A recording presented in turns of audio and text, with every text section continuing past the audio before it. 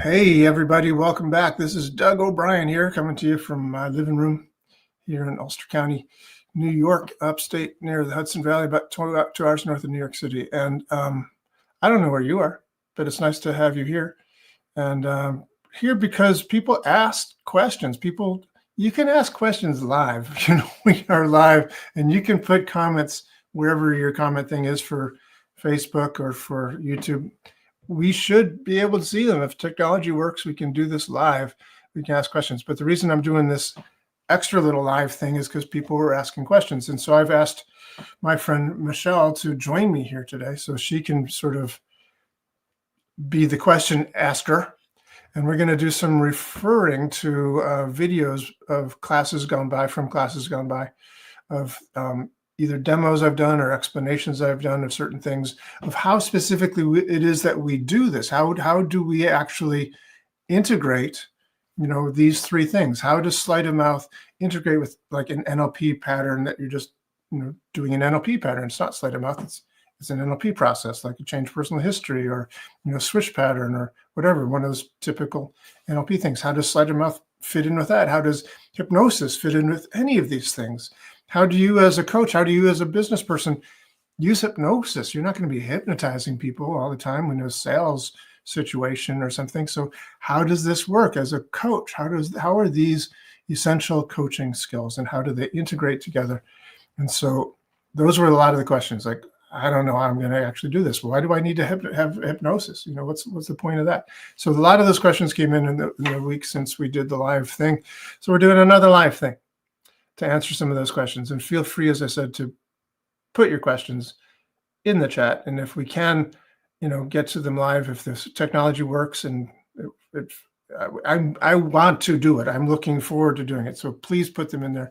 We'll do our best to actually accommodate. So let me bring Michelle in, and she can correct everything I've just said because I'm usually wrong. I wouldn't say you're usually wrong. Oh, thanks. I was making a joke. Well then, thank you for having me. Thanks for doing this, Doug. I also want to address another question that people came up with, which is kind of like, if I can't be there live for all three classes, like, am I going to get the value out of this? And so I thought in that regard, it'd be really cool to let people see some of the videos. So for those that are watching live or the replay, that's one of the reasons we're pulling up the video so you can see what's already in there. And so I'm going to raise my hand as much as it'll show up on with my background there and say, I'm also one of the people who can't make every live class. And so I still keep practicing. And I'm one of the people who is looking for a small group, where we can say, okay, can't do 1 Eastern, but maybe we can do Tuesday evening. Maybe we can do a different time. Maybe it's, for some people, I think even weekends are better. Not necessarily for me as a parent, but there are people looking for other groups, and there's a lot of, or practice groups, I should say. So there's a lot of value in the recordings and watching those replays. So we're going to go into some of those. And so, yeah, there were a number of questions kind of about bringing them together. And then for those that are asking questions live, it should, whether you're on Facebook or on YouTube, it should bring everything to me here in StreamYard so that I can answer Doug. So you might not see a typed response, but you'll get a response, eventually we'll get to it in the audio. I have a question. Yes. What the heck is that? I live with someone who loves grandfather clocks. Oh, good. It wasn't the doorbell. The dogs aren't barking. Oh, the dogs are smart enough to differentiate between the doorbell and the clocks, Oh, right? yeah. Oh, yeah. Well, when it goes off, and it'll ding just once at the half hour for us too. So Yay. If it makes you feel better, my aunt has a similar clock, but it's birds chirping. It doesn't make me feel better. No? I wish I was talking with your aunt. I love birds, but what's her number? Maybe I could call her. It's long distance. It's California. It's long distance. You're in Saskatoon, Canada or something, aren't you? Alberta. Alberta. What's the difference? Um, sorry, that was again a little joke. But do you see the questions coming in right now? Do you see the question from Gregory Dwyer? I do not yet. Maybe, you know what? Let me switch from people to comments. Now I do. When does the course start? He asks. Yeah. So, Greg, the next, I could let Doug answer this too. Doug, you go ahead and answer. Okay. Well, the Sleight of Mouth one is Tuesday, so that's April 1st. NLP starts Wednesday, that'd be April 2nd. And Hypnosis is on Thursday, so that would be, in this case, April 3rd. And we go then for 4 months in that sequence: Tuesday, Wednesday, Thursday, Sleight of Mouth, NLP, Hypnosis. We have an extra office hour on Thursday afternoons about 4 o'clock. That's the way it is scheduled right now. It can always change.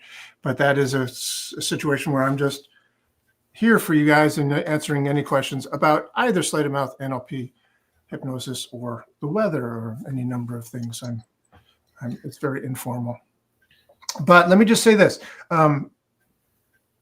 It is a 4-month cohort, which is to say, in answer to the question that Michelle asked before, which is, what's the value of attending live? It's, of course, better live. It's always better live, whatever. It's good. And it's the next best thing with this, because right now, if you're not interacting with us, what are you doing? You're watching a TV screen of 2 people talking.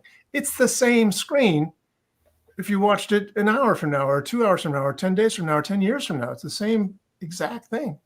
So you get this just as much benefit from it, really, if you just sit down and do it. It's just that requires a little bit maybe of discipline on your part. So this is a course for adults who say, yeah, I'm going to take the responsibility to take this. And you plan to say, if I can't watch it live at Tuesdays at 1 o'clock, I will watch the replay at 1 o'clock in the morning when I'm up for you, because that's what your schedule is, or whatever. You'll do that. And what everyone seems to do, and I encourage it and I want everyone to do it, and most people do it, maybe a few people don't, is that they create groups outside of the cohort, of the main cohort. So they have their own practice cohort, coterie, or whatever the word would be. They practice on their own at times that are convenient for them. So they watch the videos either together or separately, and then they do the exercises as a practice group together. So that works out really, really well for the people that actually do that, because, of course, the more you practice, the better you get. So, and many of the people who are live still go to practice classes. Oh, yeah. Because they want the extra. Yeah, for sure. I didn't mean to say that they didn't. Absolutely. Everyone does. Yeah, for sure. So the advantage of being live is that we put you into breakout rooms and you practice, during the class. The practice groups, of course, it is like a breakout room. You're with the group of people that you've decided to be with, and you're practicing. So yeah. So on that note, for the live classes, let's kind of dive in, Doug. All right. We picked a couple of videos, so we're going to play some of the video from the class. You can get an idea of, like, even if you're not there live, what a live class would be if you're able to go live, and if you're watching the replays, what that looks like. And then we're going to pause throughout. We're not going to run the whole long video, so that we can stop and dissect and say, this is where this skill comes from, and you can augment with this, and this is kind of what Doug's doing. So let's dive in. Should we start maybe with the video with Carol? Yes, sure. Let me pull that up. Okay. So this is a video from a class that I was teaching on doing the change personal history process. Go ahead. Yeah, before you play, just maybe to let people know, we're also going to do one that is a parts integration about, I think it'll apply to a lot of people, because it's someone asking about charging what she's worth, basically, which is always an issue that coaches ask, how much should I charge? When am I skilled enough? Especially someone who's getting started, or if you're adding a new skill to your offering. And then we're going to talk about some timeline stuff again after that as well. So that's kind of the agenda for this meeting. And then again, pop questions or comments in anytime that you want. And as we pause, we'll bring those up. I'll ask Doug your questions. Okay, cool. Thank you.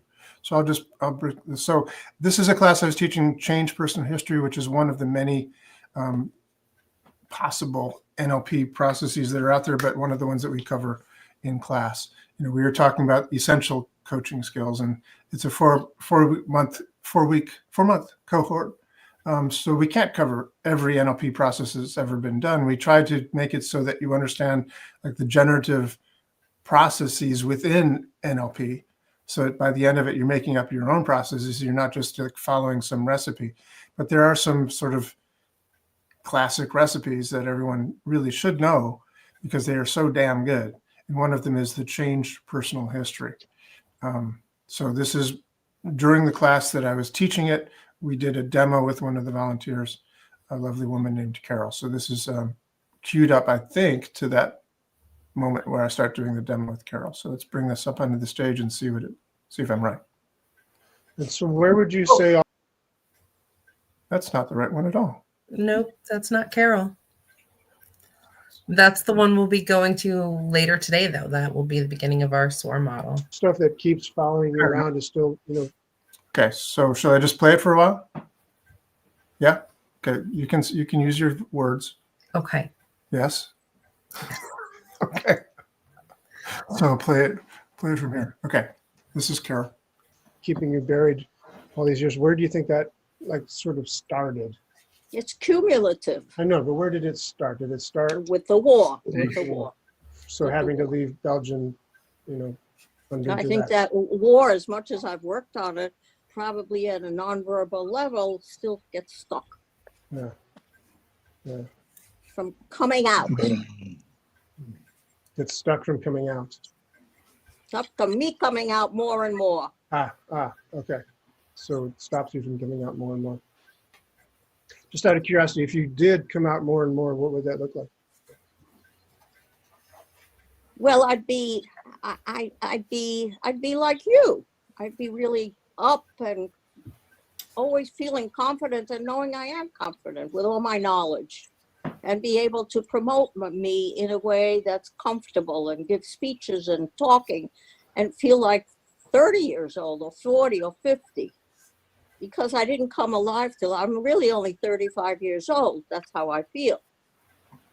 Gotcha. Cool. Understood.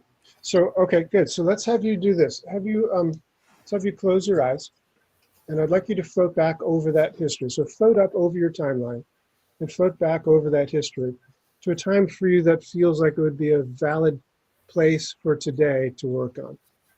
Because I have a suspicion we'll want to do a variety of these processes over time, that it's not going to just be one-stop shopping here today.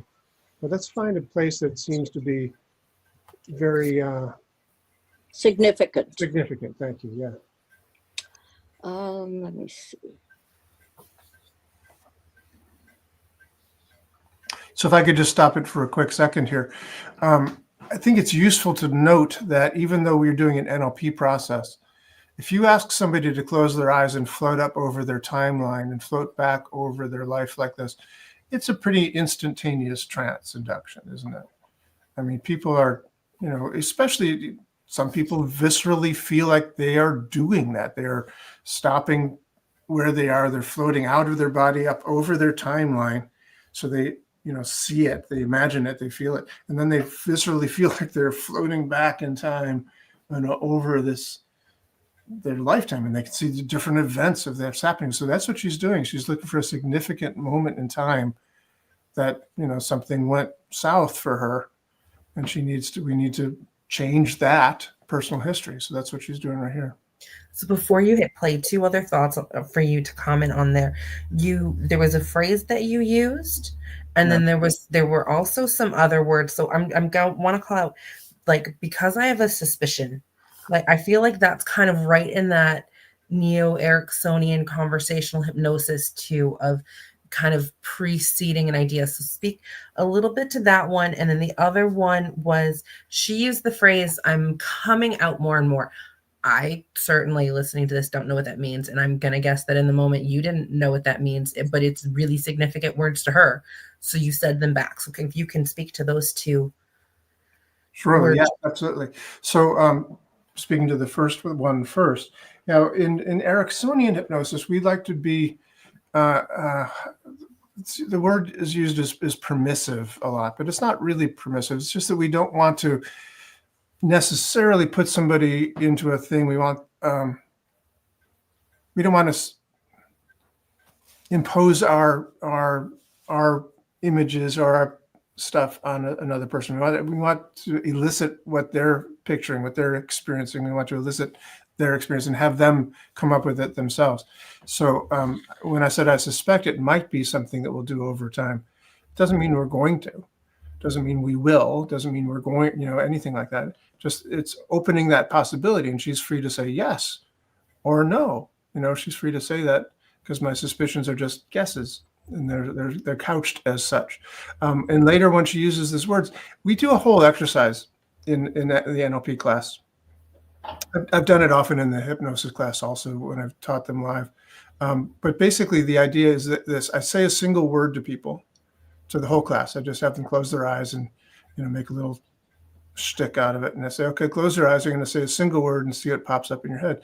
And I say a single word, and everybody has a different representation of that word, right? It's like everybody has a different image or a different association or whatever.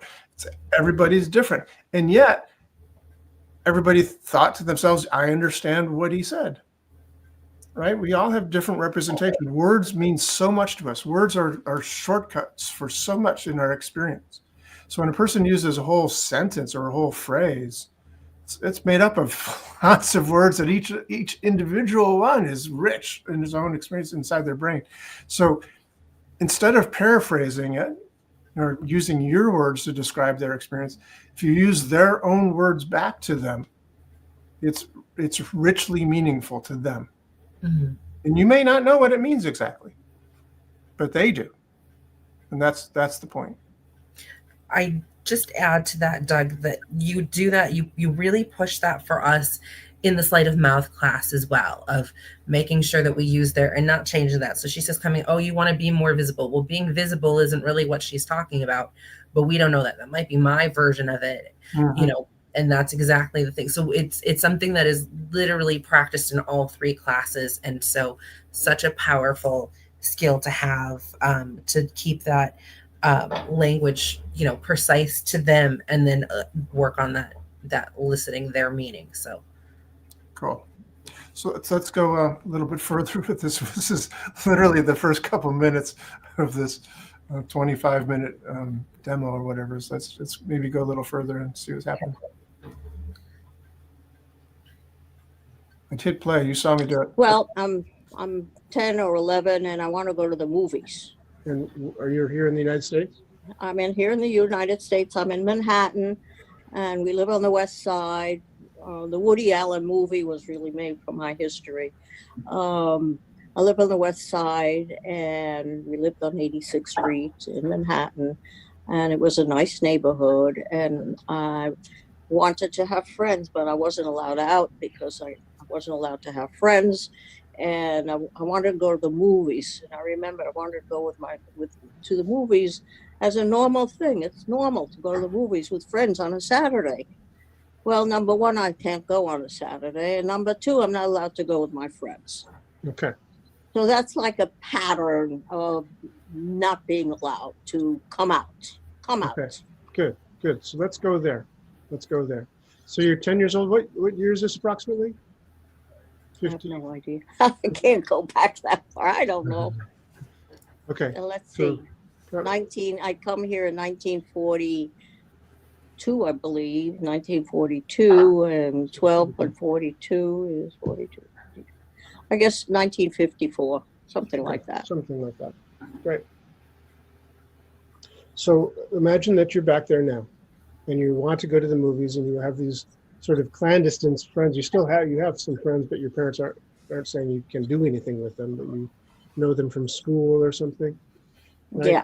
And you want to go to the movies, but number one, it's Saturday, and you can't because you're Jewish, so you can't do things like that on a Saturday, right? Right.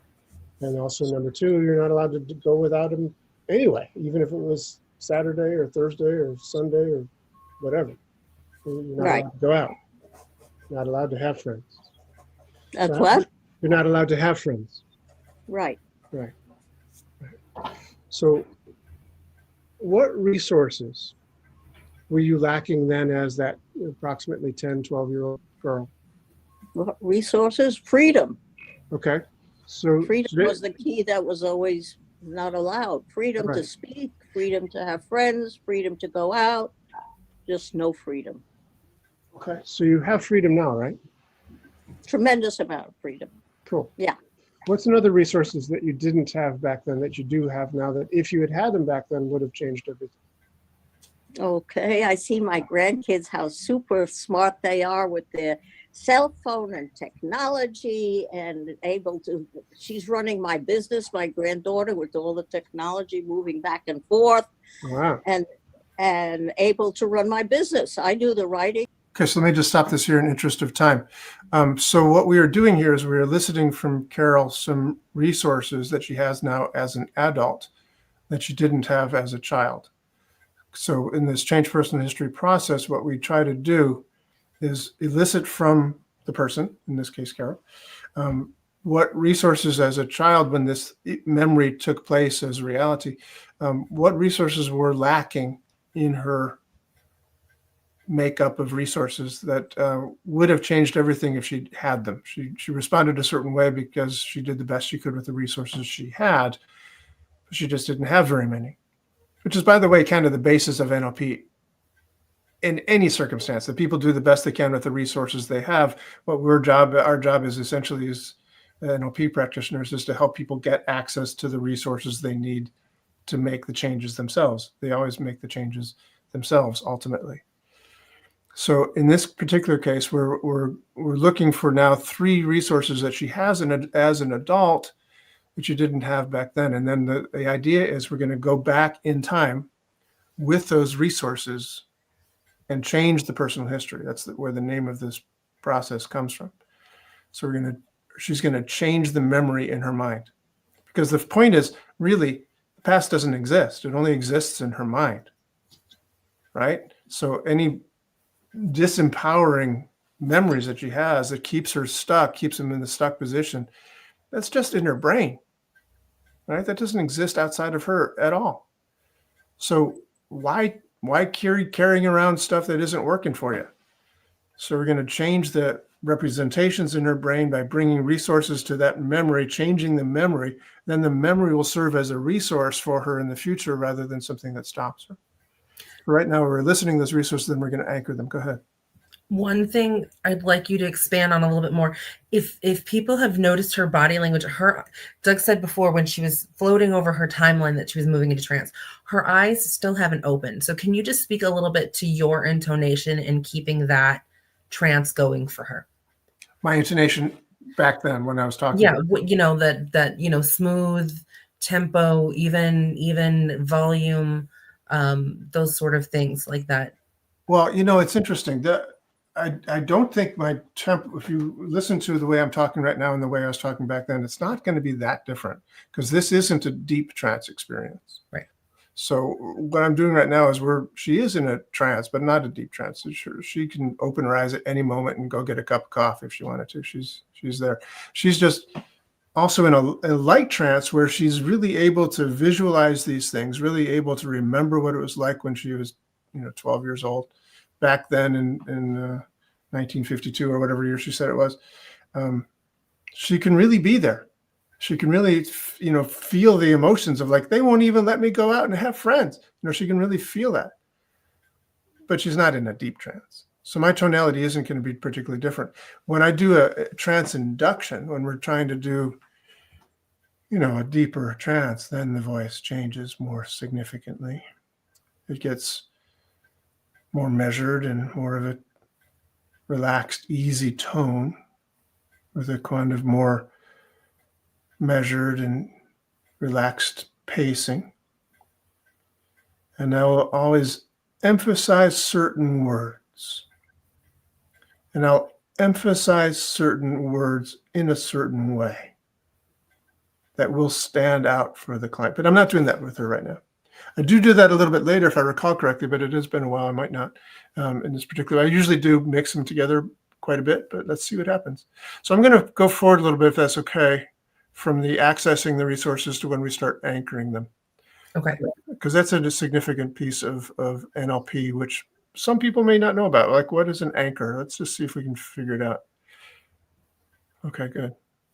There it is. The capability of going on the bus, Okay. So but I couldn't do that. I wasn't allowed to go on the bus. Okay, so what she has just done is she has thought of a resource that she has now as an adult that she didn't have back then. One is to be able to get in a car and drive away. But she's a little kid, so she's saying to herself, "Well, that would be. I couldn't even believe that. Even though it's your brain. You can free to do whatever you want. You could get in a plane and fly away. It's like a dream. You can do whatever you want." But she's saying, "Well, I couldn't do that. But I do have the freedom as a child to get on a bus. I could ride the bus." So she has located a resource for herself as a child that makes sense to her. I could get on a bus. I could run away from home. I could get on a bus and go. So now we're going to say, okay, let's take that resource and anchor it. Now, you remember anchoring from Pavlov's dogs, where he rang the bell. Pavlov rang the bell for the dogs. He set that up for the dogs. Often in NLP, we'll reach over, if we're live with a person, we'll reach over and touch them on the shoulder. We'll do something like that. That's a visceral anchor that I'm doing to the client. Carol and I in this demo are miles away from each other. So I can't do that. I can't reach over and touch her on the shoulder. I can't, do that very significantly. So I'm going to try to find a way for her to anchor herself as some sort of stimulus linked to a response, so she can feel that feeling. And what we've chosen is to squeeze her fist. So let's watch her do that. Okay. I wasn't allowed to go. I wasn't allowed. Okay. So you have the ability to use transportation. Right. You couldn't do that back then. No. Okay, cool. So now float back over your timeline back to here. Just be here now. And we will go back to 1954 in a little while. But for right now, let's just be here.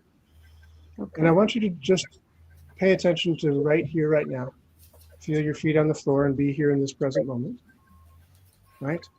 And you've got that great sound system on your ears with the Bose technology. So you know technology, don't you? Oh, I love it. I love it. You're talking to me on a Zoom call. You're in Manhattan. I'm in upstate New York. Or you're not. Yeah. Where are you?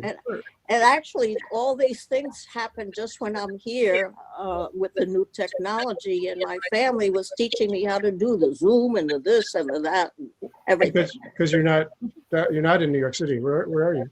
I'm in Massachusetts with my family. With your Yeah. family. Cool. Nice. Yeah, Okay, and so you they're all technologically so advanced. Cool. So I want you to do this. I want you to just take your left fist and squeeze your left fist, like make a fist with your left fist. And I want you to just associate having technology at your fingertips right there. You've got technology. You can use great Zoom calling abilities. You can make webs and blogs and all kinds of things. So exciting. So exciting. Yeah. Just feel that right there. It's right there at your fingertips, right there in your fist. I feel good. like a little kid with all these toys. Good. Don't break it. Well, look, you got an Apple Watch too, don't you? Look at you on that left wrist of yours. Yep. Wow, you got it all. You're soaked in technology. Great. And then let go of your fist and just come back to neutral. And maybe you could reposition your camera a little bit so we can see your face again. Thank you. Nice. What part of Massachusetts are you in? In Dover. Dover. Okay, so that's the first anchor. We've anchored her ability to have technology, to use technology, which you said something that she didn't have as a child, right? As a 12-year-old, she didn't have the ability to use technology, call the phone, whatever. She didn't have the ability. She has that ability now, so we're anchoring that ability. And right now, when I start talking about where are you specifically in Massachusetts, it's in order to sort of clean the slate. We're breaking the state. We're bringing her back, from that advanced state of like, yes, I love technology. Yes, yes, yes, to just kind of neutral. Because when you do an anchor, you want to, sort of start from scratch, bring it up, and then anchor it. And that's something that there's multiple lessons on, in the library, and that is practiced in each cohort. So it's something that people will learn how to do inside the membership. Yeah, anchoring is a very significant and essential coaching skill for sure. So let's maybe go through a little quicker. So I'll just show you a little. So we're anchoring another state here, then we're anchoring another state. In the same way, we're using the same fist to anchor 3 different states. See if we can get the third one. I'm not seeing the third one, but suffice it to say we're anchoring all 3 states in the same way. There it is. So that's the third state. We're doing 3 states with the same stimulus. So it's kind of, we call it stacking an anchor. So she's got 3 positive anchors with the same stimulus. So it's kind of like if you hooked up your front doorbell, right, the bell outside the house to ring the doorbell, and also to ring the back doorbell, and also to like open the garage door. You know, that one bell, that one button is going to stimulate a whole bunch of stuff.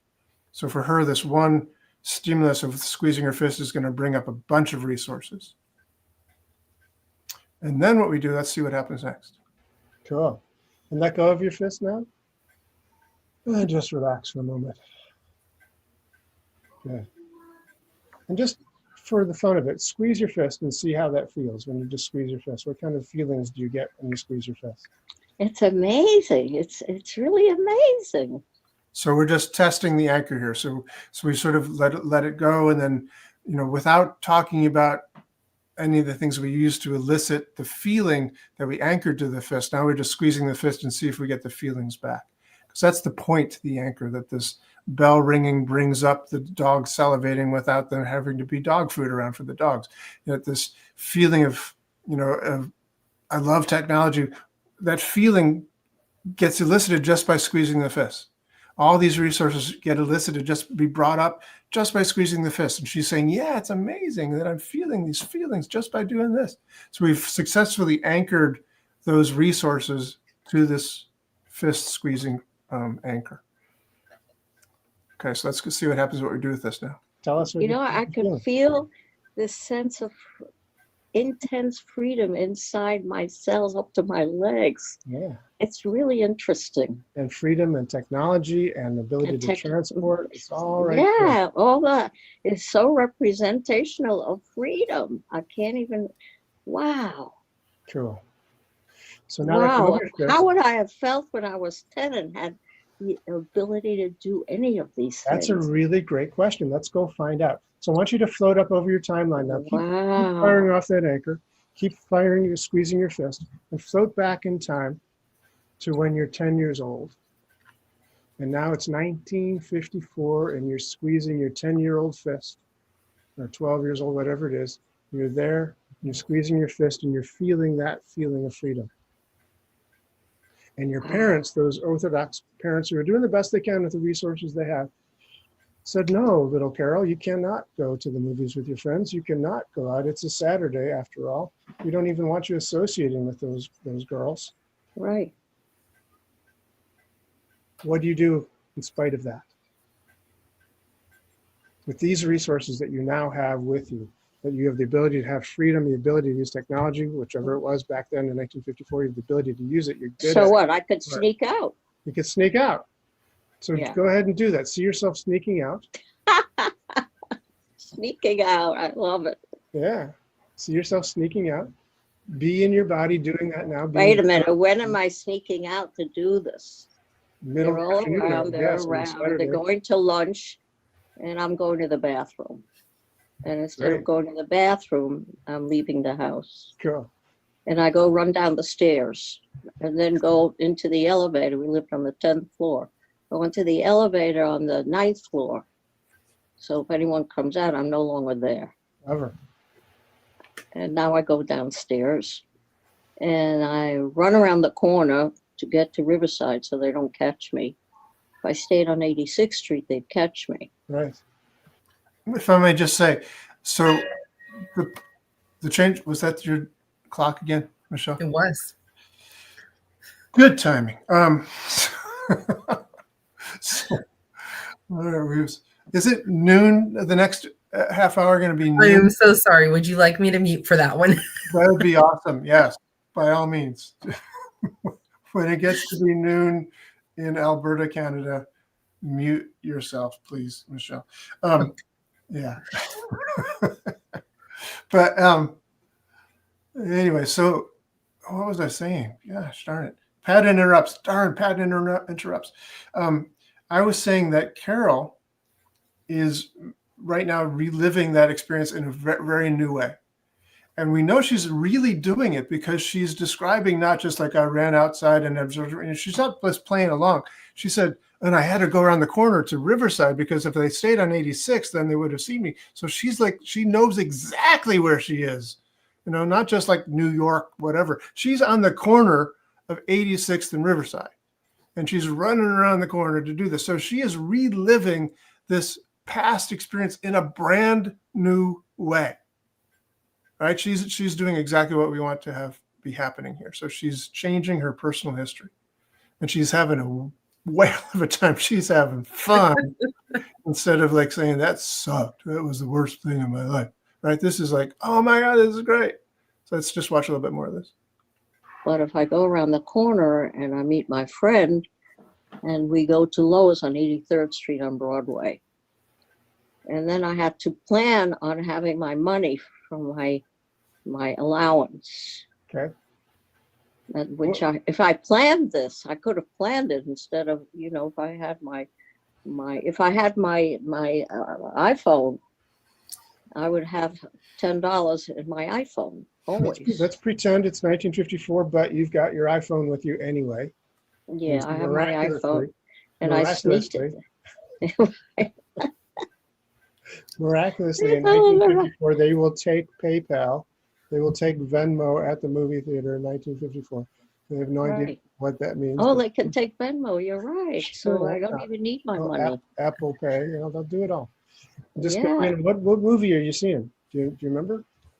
Lassie Come Home. One of my favorites. Yes. Yeah, that's a great movie. Great movie. Lassie Come Home. Yeah. So you're watching this movie and had a great day out, and you've got all that freedom, don't you? Oh my God, I love it. Cool. Wow. So imagine now that you have gone back home, you've successfully sneaked back in, and you go to sleep that night and you wake up the next day and you look back at what you did yesterday. You look back to how you snuck out and you went to see the movies and you used your Apple. But I will get punished though. Well, no, because they didn't notice. You But it was worth it. It was worth the punishment. Whatever the punishment is, probably confinement for many weeks. Okay, but you can always sneak out. You've done it before. That's true. There's no confining you, is there? Yeah, that's true. I have that capability. You're right. Yeah, because you are really good at technology. You can figure out how locks work and unlock them, and you can sneak out. Oh yeah, that's not an issue. Not an issue. No. Yeah. So what does that mean about what you're capable of, Carol? Being very resourceful to use my intelligence to figure out solutions. Yeah, exactly. And what's important about that? Well, if I focus on solutions, I feel again that sense of freedom. Let's see. Solutions means, well, right now living here, I have to constantly look for solutions about so many things. You can't you? What's important about that is that I can constantly notice that I'm not buried alive, and that it's funny, but it keeps on coming up. And what's important is that I constantly engage that I'm really pretty smart, I'm pretty intelligent and pretty capable, and in my independence, I can really do anything. You can do anything. So what does this mean, finally, Carol, about who you are? About who I am? Yeah. What it means about who I am? Yeah. In one word, I'm capable. I'm capable. You're capable. Capable, confident, and calm. Capable, confident, and calm. And I would say maybe you can Maybe add what? free to that list. Oh, capable, confident, calm, and free. Yeah, big free. Big F. Yeah. Good. So as a 10-year-old now, I want you to grow up 1 day, 1 week, 1 month at a time from that day forward. So you've, As my new 10-year-old? yes, as your new 10-year-old. Your 10-year-old who's capable and calm and free. And so Oh my see God. yourself growing up My 1 whole day. life would be different. My whole Life life would is be different now. See yourself having life be different. See yourself growing up at 11 years old and 12 years old. You're free, you're capable, you're calm, you're confident. Wow. See yourself That's amazing. Yeah, see it as a reality. You are walking through your life now, seeing things be changed Wow. throughout your teenage years, Wow. 14 and 15 and 16. See it changing. Well, the biggest change is that I'm not suicidal. At 15, I was very suicidal, and I was most of my life. So it's nice Because to it's know that rather you can be let that either be go. free or be dead. It's better to be dead than not free. So now you've got the freedom, so you don't need to be dead. I don't have to be dead. I can continue moving forward. I can continue getting a PhD. I could begin teaching all over the place and Yeah. See that being happening. like anybody, being like Ackford, who wrote many books. Okay, let me just stop there. So it's amazing to watch her do this. She's so wonderful. And what we are doing as part of the process, we've gone back, we've anchored resources that she didn't have. We've changed her personal history. She's changed her personal history. So it's now she's done something radically different than she actually did. And as a result, we have asked her to grow up just 1 day from that event. Just 1 day from that event. So the day that she snuck out, that happened yesterday, right? She's still 10 years old. But we ask her to look back at yesterday. Based on what you did yesterday, what does that mean about what you're capable of? What does it mean about what values you have in life? What does it mean about your identity? We ask her these questions in order to not just have a different experience, but to build on that a whole new belief system of who she is, what she's capable of in life. And then she grows up from 10 years old to 10 and a half to 10 and 3/4 to 11 to 11 and a half, 1 day, 1 week, 1 month at a time, growing up day by day, week by week, month by month, year by year, throughout her teenage years, throughout her lifetime, to just really see what this impact of that one change is going to be. But that one change that, really gets crystallized is a new belief system and then grows up with that. She just said, I don't even have to be suicidal. When I was 15, I was very suicidal. But not anymore. She doesn't have to do that anymore because she's calm, capable, confident, and free. This is a massive change. So it's a beautiful, beautiful process. This change personal history thing that we've added this piece. Often, just by the way, if you do the change personality and other NLP programs, you might not get this piece about changing the belief system that goes with it. I don't know how many NLP programs teach that, but certainly I do. I think it is technically more of what they call a re-imprinting process that came from Robert Dilts. But I think it's a really important piece of this change personal history. So we teach it to your class. And then, of course, what we do after this is we do a future pace. So after she gets back from her childhood through the teens to the 20s to where she is today, then we say, okay, now based on all of this, what's life going to be for you tomorrow and the next day and the day after that and the week after that and the month after that? So we future pace it, imagining her continuing forward on our timeline to make it even more usable. Go ahead. Yeah. So two things that I had written in there, like looking at the language, there's a bit like the whole process is almost the sleight of mouth pattern model of the world. Like we're creating a new model of the world for her to bring forward. And so in that, like there were a couple of phrases that you use that are so powerful. Like she talked about that idea of confinement. And that was a really powerful word for her because of the past history and the Jewish history and those sorts of things. And so one of the phrases you used, Doug, was there's no confining you, and you see that if you're watching the video or like if you guys watch the replay of this, because you might not have noticed it in the moment, she has a full body nod when he says that. Like she believes that there is no confining her now and moves forward with that. And so looking for those non-verbal moments of agreement, that's something that we spend, like Doug has an entire lesson where we work on getting like someone's nonverbals and getting what their yes is, their embodied yes, and then saying something that's wrong, like, oh, your name, you don't like to go by Douglas, and to watch the person, what is their no, like, that's not like, if he gives me that and says yes, then I know that I have not completed whatever skill I'm trying to do. So like there's some really, really subtle skills that are in there that are super easy to skim over, and that's why I wanted to bring them up. So another one that language pattern that I thought was really powerful too is she said, my whole world would be different. So that past tense, and in that, where she's still got her eyes closed and she's still in a light trance, Doug goes, it is different. Your whole world is different. And so to seed that in that like hypnotic language, and then start walking her through the timeline and pacing for it, those a couple really powerful moments that, it's easy to get drawn into the emotion and like watch what's happening and not analyze it. But there's power in both. And that's one of the reasons I thought this demo with Carol is such a powerful one to share. And if I may say, that same full body nod happened after I said, your whole life is different now, isn't it? It's different. She's, yeah, and it's amazing. It's amazing, So what the full body nod is a funny expression, but you get various levels of yeses when people like, this is going to be really great for you. It's like, yeah, it's going to be great.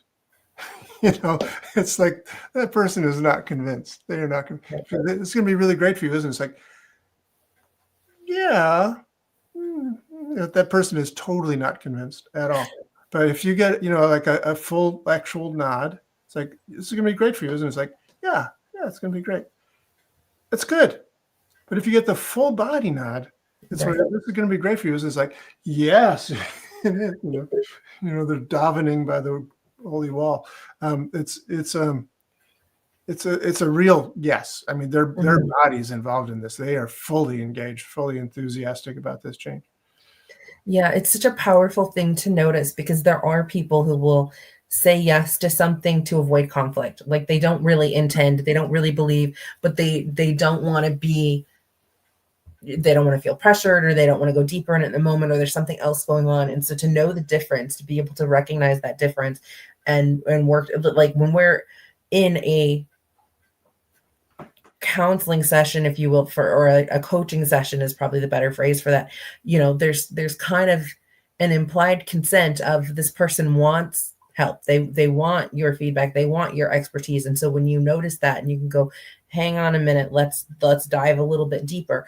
That's an important skill to have, and to know when to do that, and when you're just like beating a dead horse, because they're already they've already made the change, they're ready to move on. So really powerful skill. And that's why I think you spend, it might even be 2 lessons sometimes, some of the cohorts. I think we've done it more than one session in a row, but at least one every session, because it's so powerful. It is.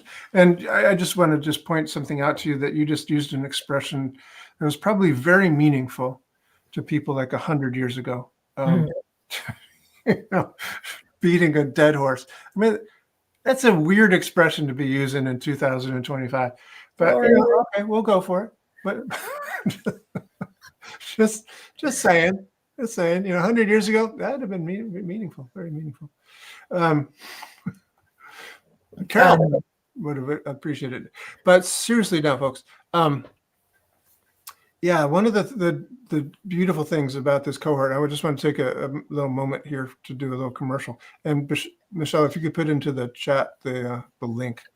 What we're talking about here are classes that you can join, a membership that you can join to be in these classes with us live for the next 4 months, next year. It's a year-long membership. It's a year-long membership. The cohorts are divided into 4-month cohorts, and we do other classes along the way as well. You're invited to those as well. Sleight of Mouth, storytelling as an example. Other things come and go. There's a lot of action happening in this membership. We are here as a community to all of us be better coaches, and to go from 0 to 100, or from 100 to 150, whatever your levels are. If you're starting off in the business, if you don't know anything about hypnosis, don't know anything about Sleight of Mouth, this is your place to learn it. And if you're already pretty good at it and you want to get better, this is the place to do that. And you can create your own cohorts of people from this class who are at your level and all practice together at this, master level, or work together at a beginner's level. It's all available to you. And so we're inviting you to join us. And this open cart, if you will, closes in just a couple of days. Closes at midnight on Friday, if I remember correctly. Michelle, is that right? 11:59, midnight Friday. The dawn of Saturday. It closes. It's gone. And it will not open again for at least 6 months, or at least 4 months, I guess, something like that, 4 to 5 months. It will open again, but it will remain firmly closed. You can't get in after that. And I just want to point one other thing out. I did a podcast recently with Stephen Gilligan. I was surprised when he said he was 70. And Robert Dilts has also just turned 70. I saw a little announcement about that he's just turned 70. And I was surprised, not because how old those guys are, but because I'm almost as old as they are. I just turned 69. This is 69 years old, just a month ago. I thought those guys were way older than me because I was learning from them. They were my teachers. But no, they're the same age. So, I've watched videos of Erickson when he was in his 70s. I've watched videos of people that are gone, are dead, who are in their 70s and stuff like that. And just saying, this is an opportunity for you to work live with us. The advantage I have over Erickson, the advantage I have over Dobson, they're dead. I'm here. You might have a few more advantages than that, Doug. Shall we anchor some resources for you after the call? But that's a big one. That's a big one, especially if you want to learn from somebody who is in fact alive. Now's the chance, because I'm not going to be doing this forever. I'm not going to be doing this forever. I'll be doing this for another year or two, maybe. My plans are to maybe get back. I was offered. I'm playing a concert this Friday and Saturday night at this thing in Kingston, New York. And I was at the venue rehearsing yesterday, and the woman who owns the venue came out and said, I'd just love to have this piano being used like this. If you want to do your own concert sometime, I would, just say the word and just be you. And, you'd get all the money, and you'd give us 10%, and we'd pay for the things. Okay. So it's exciting to me. So, take advantage of this time now. You can join for a monthly membership, which gives you certain advantages, or you can save some money by paying for the annual membership. But the link is there is it in the chat? I couldn't post it from StreamYard, so I posted it. I went to YouTube and posted it there. That's why I muted for a second there when I gave you the thumbs up. So the audios didn't overlap. Yeah. Okay. Cool. And then we'll add it to Facebook after the call here, just to keep us on track. So I'm not. Somebody posted, just looking through the chats, there was a lot of wrote, could I please interview Barbara Stepp? If you can get hold of Barbara Stepp, I'd be happy to interview her. I have not been able to get hold of her. I don't know, her website's down and stuff. I don't know what's going on with Barbara. I have reached out, but have not received any responses back. So Zlata, if you have any more resources than I have, please let me know. Let's move on with what we were doing here. We have 2 other videos we want to take a look at. I don't think we're going to get to both of them.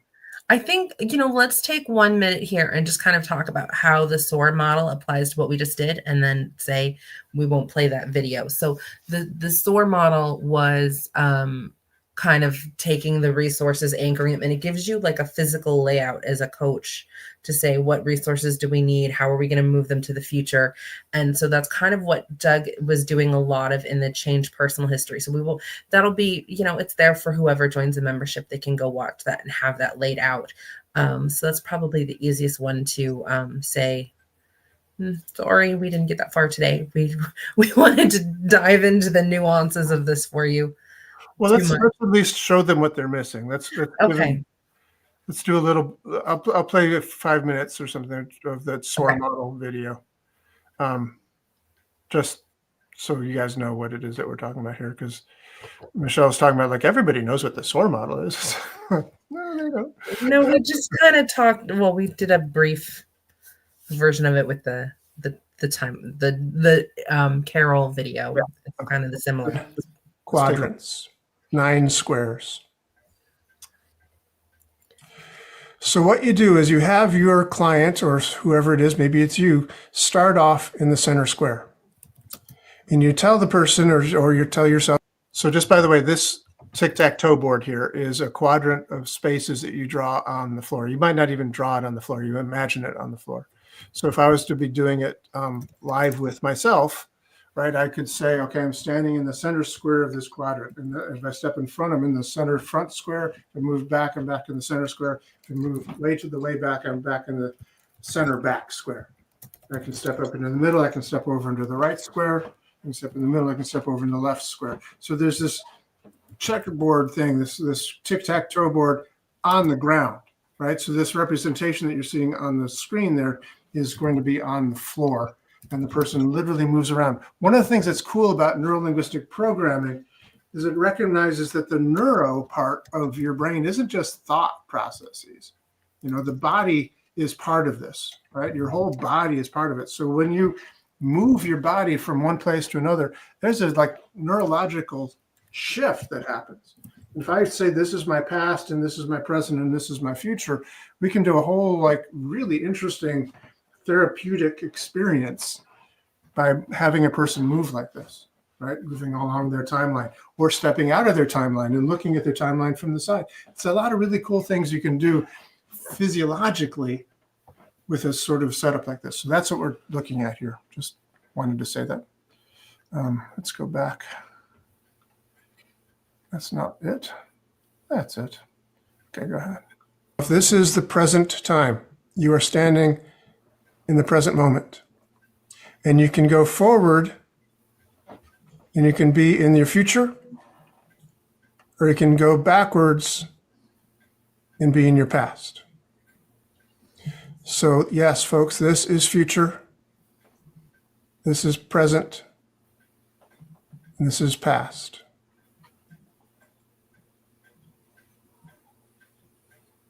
So future, present, past. So this is you in first person, this is present time. Then you take a step into this square that's still you, but you're in the future. Go back to the present, and this is you in the past. There could be a distant past or distant future. It's unclear. You can choose whatever it is. So this is first person.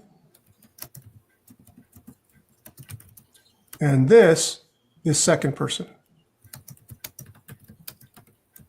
So you can go from the present over to present and first person or second person. So you can look at yourself and go like, what's he doing over there? What's she doing over there? All right, so you can look from second position at yourself in the present time. In second position, you can go into the future. You need to be second person future. So from second person, you can look over at yourself, say, what's she doing over there? What's he doing over there? You can be in second person in the past, right? You can be in second person in the past. And from the second person, you can look over and say, hey, what's he doing over there? What's she doing over there? And then you've got this other field, which could be, of course, third person. But what I often do, and is implied by the third person, is that it can also be an other person. So you could be a mentor, it could be somebody else. It could be the position of somebody else. So instead of you looking at yourself from second position, it could be, in fact, a wholly different person. So you could step into, what would Martin Luther King say if he was here seeing me do this, And that third person can look over there and say, what's he doing? And give some advice from this third person. Could be, Richard Bandler or Robert Dilts. It could be anybody you want. And then, of course, this third person or other can go into the future. And this third person or other can go into the past and give feedback and information from that position as well. Okay? And that is a very simple model, very easy to understand. but rich with possibilities. Rich with possibilities. Okay. So that's one of the reasons it's so generous. Let's just stop there. So that's what we're not talking about today.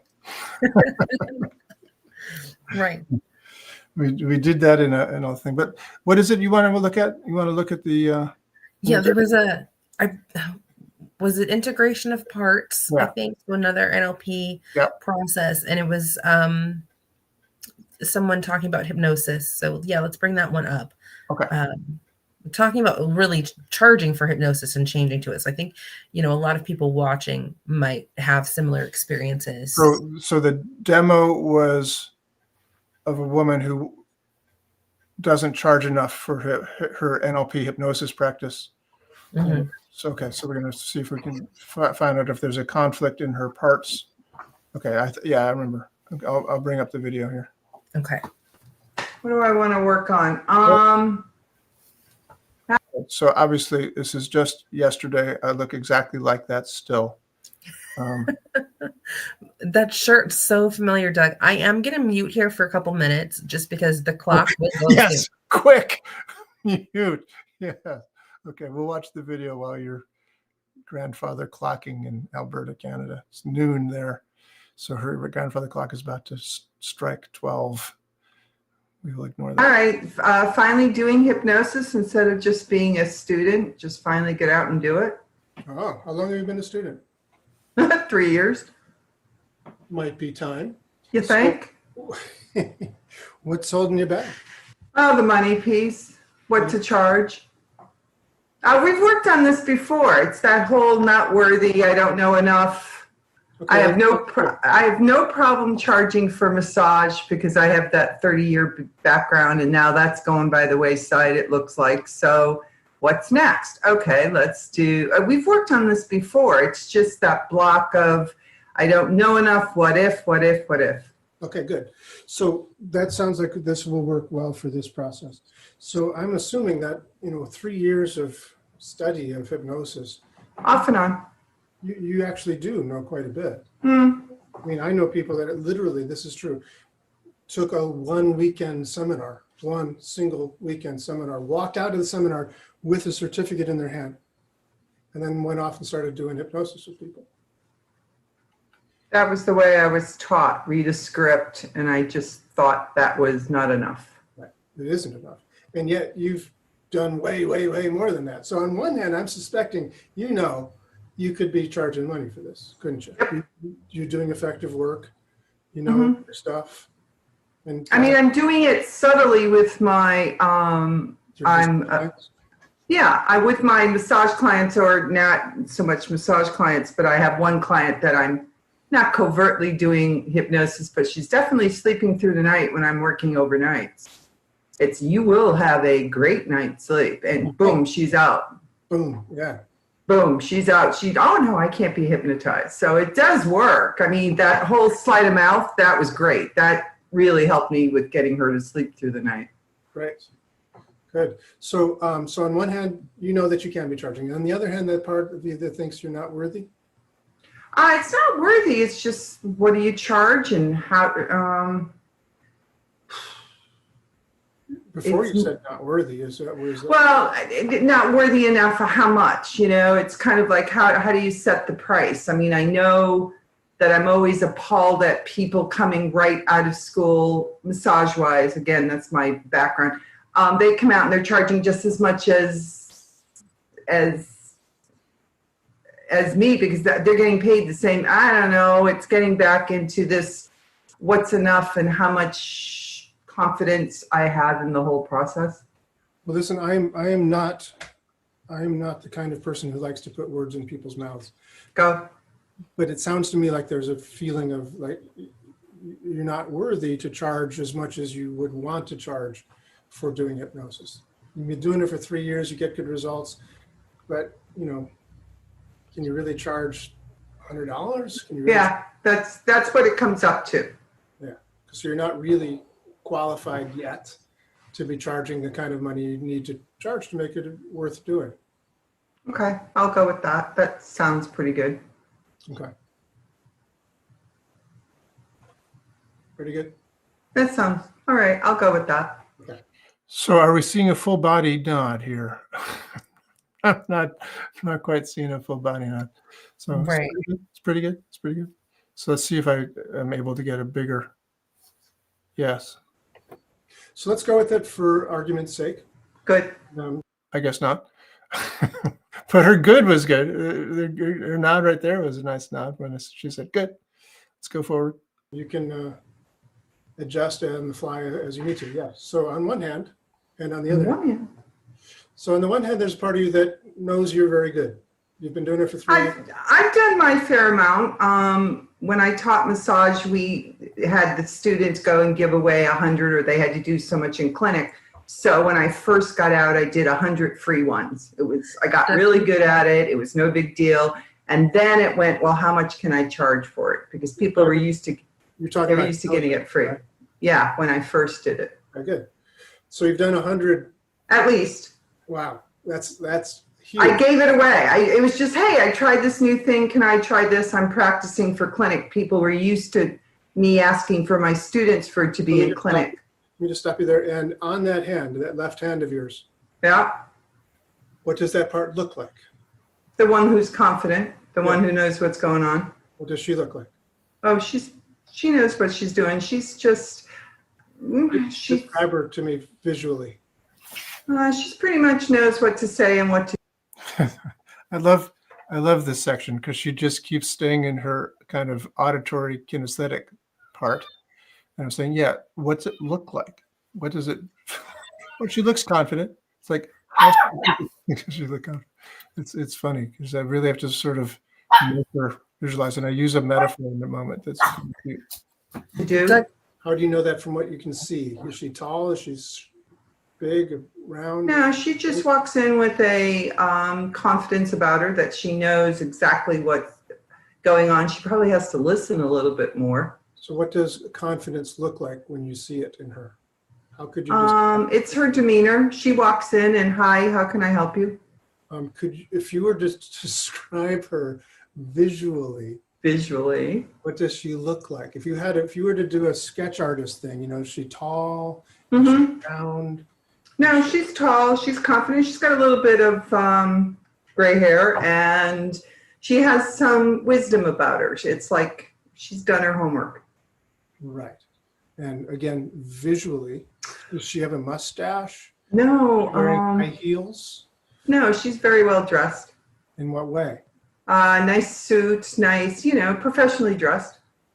Nice suits. So she's got gray hair, tall, with professional suits on. Mm-hmm. Okay, but not high heels. Nope.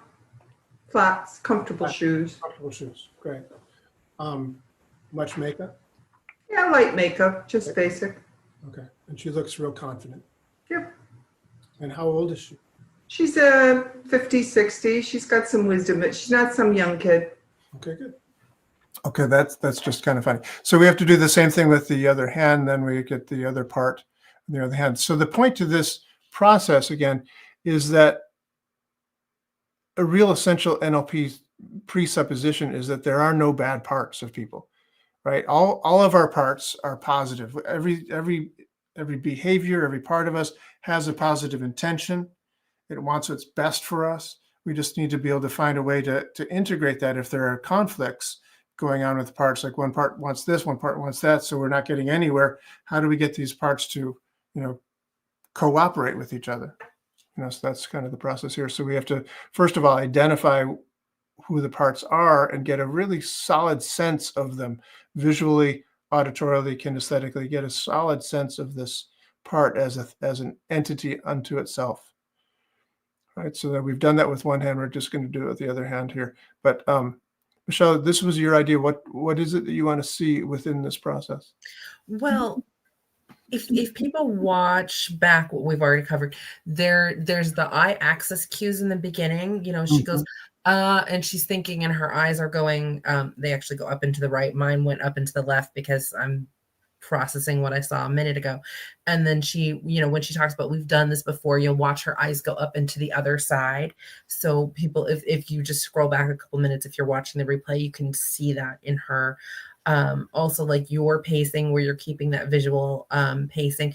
But I think it like part of the parts integration is generally we end up chunking up. So that's that sleight of mouth pattern, a chunking up pattern to get them to a different, so that they're both on the same page. And so often with that, again, to the hierarchy of criteria might be something that's used to do that. I can't remember if we did that or you did that specifically in this one.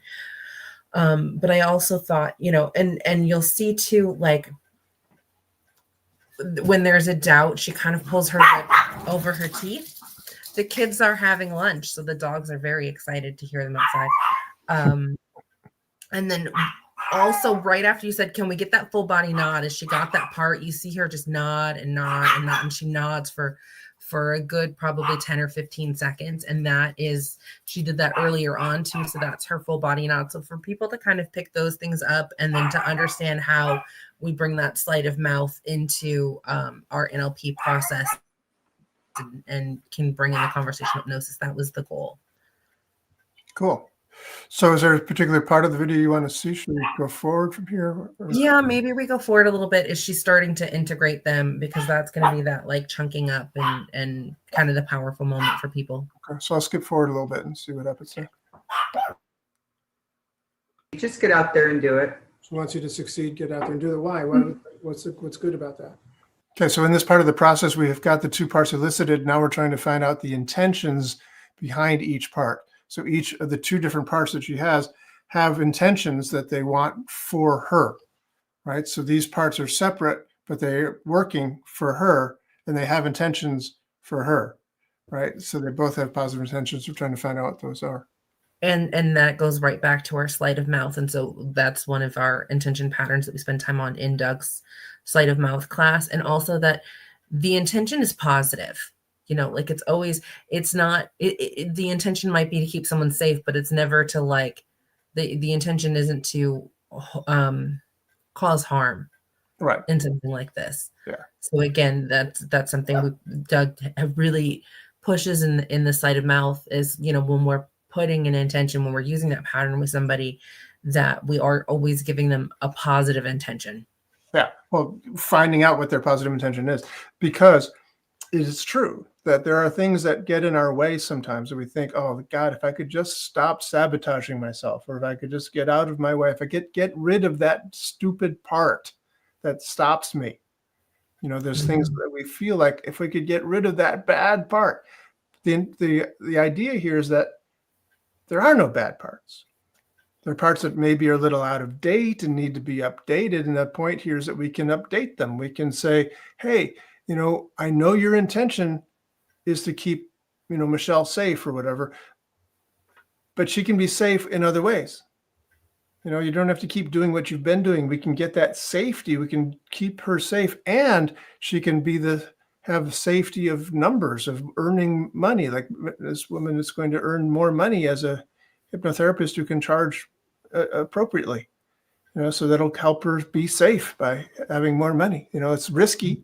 It's always a risk, but it's well worth it risk. Anyway, we'll see what happens with this process. Because it's time. It's time. It's time. Okay. Anything else? No,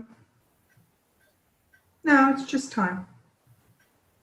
Good. So if you went out there and succeeded in her view, what then? Then I don't know. I would be doing it. And? Don't go there. And I don't know. Would it feel good? Would it feel like you're proud? Would you feel successful? Would you feel like you're contributing to other people? Would you? There you go. I'd be helping other people in a different way. Okay, great.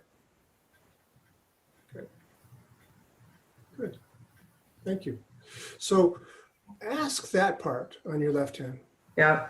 If it can appreciate that the intention of the younger girl on your right hand, her intention to keep you protected, to keep you safe. Mm-hmm. Can she appreciate that that's a positive intention? Yep. Okay. And can the younger girl on your right hand, can she appreciate that, ideal, the outcome to help people in a different way? Is that a positive outcome? Yep. So they can both appreciate that each other's Yep. outcomes are positive. Good. And yet right now, you're not really doing either one, are you? Nope. Because on one hand, you're doing hypnosis with people and just not getting paid for it. Mm-hmm. And could happen anyway, and you just wouldn't Yep. get paid for it. So it's not really protecting you at all. And you're not getting any money. You're not really helping anybody. Because, by the way, you help people more when they have to give some of energy to get it, because it's much more, right? Mm-hmm. So Okay, I'll go there. both sides are losing. In other words, not one win, the other lose. It's both lose. Mm-hmm. Can they see that? Can those parts see that, please? Yeah, and there's also that need to start doing something. I can't just be sitting taking classes for the next 6 months. Right. Cool. So there's that piece over here. Let's forget that one. She's just calling in, and you gotta get going. Exactly. From back. It's like your mom and dad out in the bleachers. Yeah, they're still alive. Trust me. Okay, so I've noticed your hands have come together. Oh yeah, I'm starting to see the correlation that, I kind of know what I'm doing. I'm just not sure if I know what I'm doing, and doing it. I had no problem when I was practicing. Add the layer of money. Am I giving them what I know? When I go into massage, I know I'm going to get results. I'll have a desired outcome. That confidence comes through. There aren't too many things I have trouble with. I usually can wing it. When I'm doing that, I don't have that in hypnosis. I'm still over here. Okay. I still have that. I don't have that confidence yet. So bring your hands together Okay. and just see what happens to those two parts when the hands come together like that. There's a shock almost, like, whoa. Like right here, there was a meld. What do the two parts do with each other? They kind of blend. They're kind of moving. There was energy to be moving on one side and the other. It's like my hands have always been my work, so this is a conceptual of what I do. Nice. So just watch and observe what happens. And I'm just going to make a few suggestions from outside in the stands cheerleader perspective. Is that, a possible solution could be that you have a money back guarantee. Oh, there you go. That would work. Yeah. I mean, I did that for a few years. I discovered ultimately that it wasn't that constructive for anybody, that nobody ever wanted it except for the people that were looking to get something for free Okay. in the first place. Okay.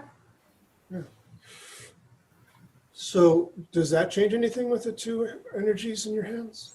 Yeah, I can live with that. There's almost like a solid bond if I had to look at it this way. It's pretty cool. Nice. So do this. Bring them into whatever place in your body feels most appropriate, whether it's your head or your heart or your... No, right here into my heart. Great. And just close your eyes. Mm-hmm. And just feel them there. Feel them in your body. Feel that sense of union and that sense of melding, bonding together. Mm-hmm. And feel them coming together as a, if not one thing, at least a certain working entity. A lot of things in our bodies have two parts. The heart has the left ventricle and the right ventricle. We've got two lungs. We've got lots of things that work in pairs. So they could work together as a very, very good tandem, or they might come together as one thing. But however that is that they do that, imagine now that you're going forward in time.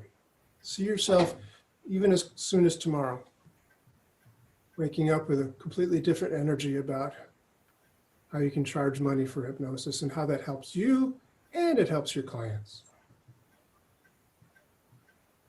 And so you start just doing what you've been doing, except charging money for it. And maybe you charge just as much money for hypnosis as you do for massage, but you have that money back guarantee. So you feel confident that, yeah, if I don't get the results that I'm looking for, I won't even take their money at the end of the session. I'm just saying, look, you come back, we'll work on this as often as you want until we get it right. And then you take the money. You know, whatever you want to do, you can find ways around it, can't you? Yeah. So imagine yourself going forward in time another week. So now you've had some time in the past week to get some clients lined up. Maybe you've even seen a client or two. You've charged them money. They walk out very, very happy with the change that they came for. Maybe you start feeling a sense of, wow, I should have been doing this all along feeling. I don't know. But notice what it feels like for you. Then go forward in time another week. So it's 2 weeks into the future. And see yourself feeling more and more confident that unified part inside yourself. Okay, let me just stop there. So obviously we're future pacing the change here. And it's also interesting to me just watching myself work. I haven't seen this video since I filmed it, I think. Usually I let a person kind of do this themselves. Like I'll have them float forward in time a week and say, so what's happening?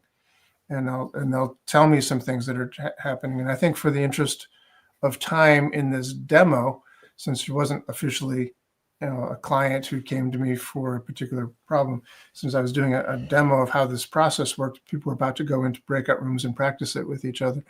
I kind of wanted to move it along a little bit. So I did the visualizations and kept it as generalized as possible for her to fill in the blanks and experience what she was really experiencing, but, helping to paint the pictures a bit for her.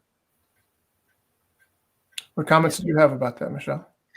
I really appreciate this process, and I'm thinking actually of a time in the breakout where I did have a client, or a client's not the right word in this situation, a fellow student who, as we were practicing, had a part, and she goes, oh, like I just wish this part would go away. Like I wish it would die. I think she used something as strong as that. And it was like, well, hold on, like it's valid and it's here for a reason, and it has something to share with you and teach you. And like there was such a strong reaction and just emotional like release and sense of well-being that just came from like, oh, like nothing's wrong with me. Nothing's wrong with that part of me. It's okay. Like it is simple as some of these seem. And if somebody's been in traditional counseling where you work on a something for, session after session, and maybe you went in the model of like therapy takes years, some of this might seem a little fast paced or possibly hokey. I don't know, but there is you see the results, you see that immediacy, and you get to see the change. And I think that's such a powerful thing. I have definitely also worked at, like as a person getting coaching with traditional counseling or therapists, and there's sometimes all of the cognitive skills that are just up here isn't what you need. Sometimes you need that state change.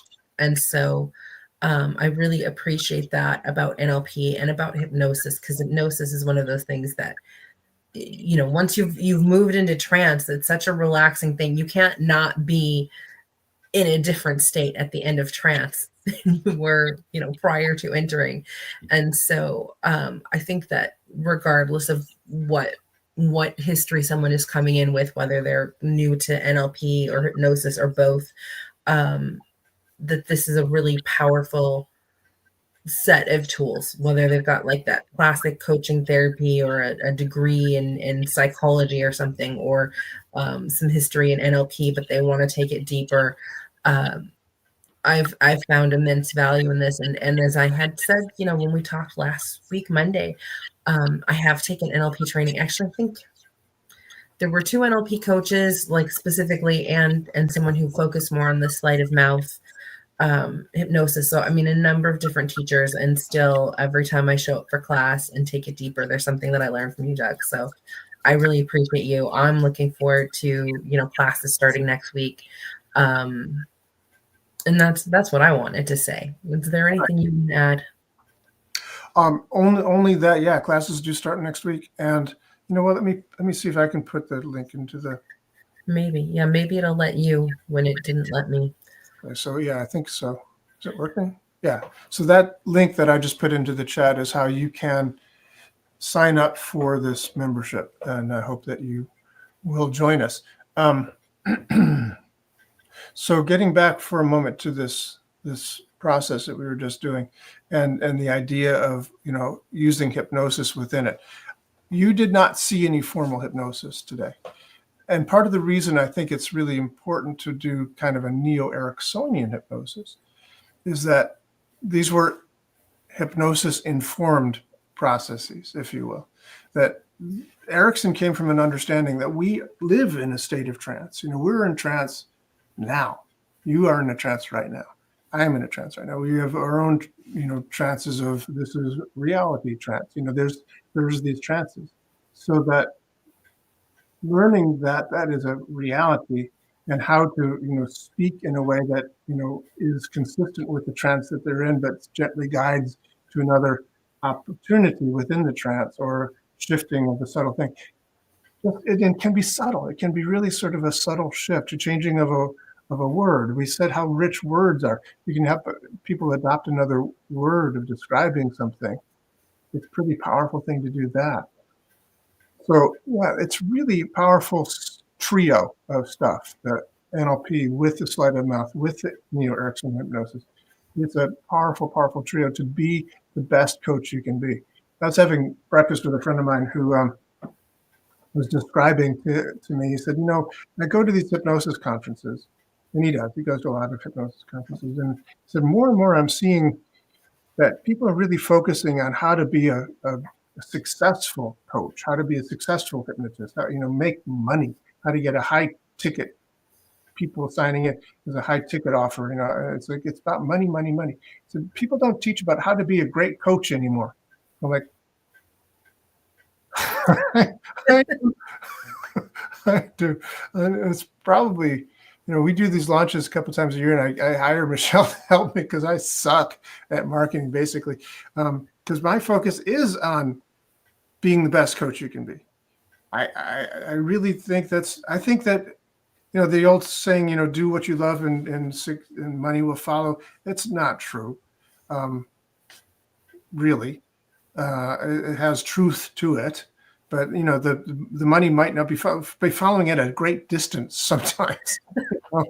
Following was like, can you catch up? So it's important to study business. Absolutely, yes. Part of my Essential Coaching Skills podcast, I have marketers on there. It's obviously it's a big piece of what we do. I'm doing it right now, right? Marketing, and during the classes, it's like that's where we really focus on how do you master your skills of being a coach, and whether it's a hypnotherapist or a therapist. We have lots of therapists who come and just say, yeah, don't tell anybody, but I'm learning these skills to apply to my practice as a therapist, LCSW, or as social worker or whatever else. These can be applied to all that stuff. So I encourage you to join us and hone your skills, be the best coach you can be. Doug, before we wrap up on that, I have to go back. There's a comment that I can't ignore.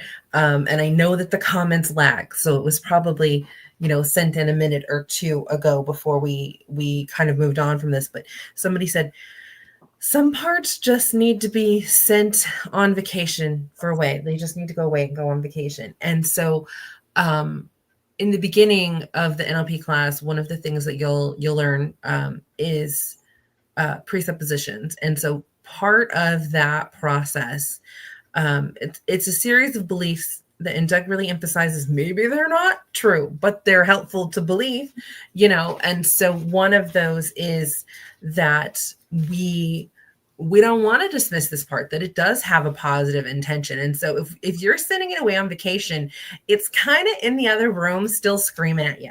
Like, that's the beauty of integration, is it gets a chance to say, hey, I have something valid to bring to the table here. I'm here for a reason. And this is what I have to offer. This is what I have to help you in some way. And so I really wanted to make sure that was addressed for people watching, because another process Doug teaches is the Disney process. And so in the Disney process, there is a section for the critic. And the critic is the one who goes, hey, no, wait a minute. maybe that's not gonna work, and it helps to make the plan better. And so by having that section and acknowledging it, it's a different technique to go over similar things where you get to dream and have a big idea and make a strategy. And so, if I may, quick, that's really true if you integrate the critic as like what we just did, that the criticism isn't just something to be like, oh, you stupid critic, you're always making, you're always saying these negative things, but to take it in and say, hey, what's your question? How do we turn this into a question that it informs the critics are vital part. That the critic thinks could fall down. The Disney builds this magic castle that just doesn't stand up after a couple of years. The critic says, yeah, you got to tighten those bolts. It's a very important part. Anyway. Isn't it funny how architects want to pay the engineers to make sure their plans are going to work? Yeah, indeed. Hey, we got to go. We got to stop. But this has been fun. And so, gosh, kids, I hope you join me. We all join us together next week. So classes start April 1st, 2nd and 3rd. It's Sleight of Mouth on Tuesday, NLP on Wednesday, Hypnosis on Thursday. And it's a membership. You get all three for one low price, basically. And join us. Take them up. So live classes and access to the replays in the library of classes that Doug's already done, like some of the ones you got to see today. So lots in there. Lots in there. Thanks. All right. See you guys. Bye, everybody.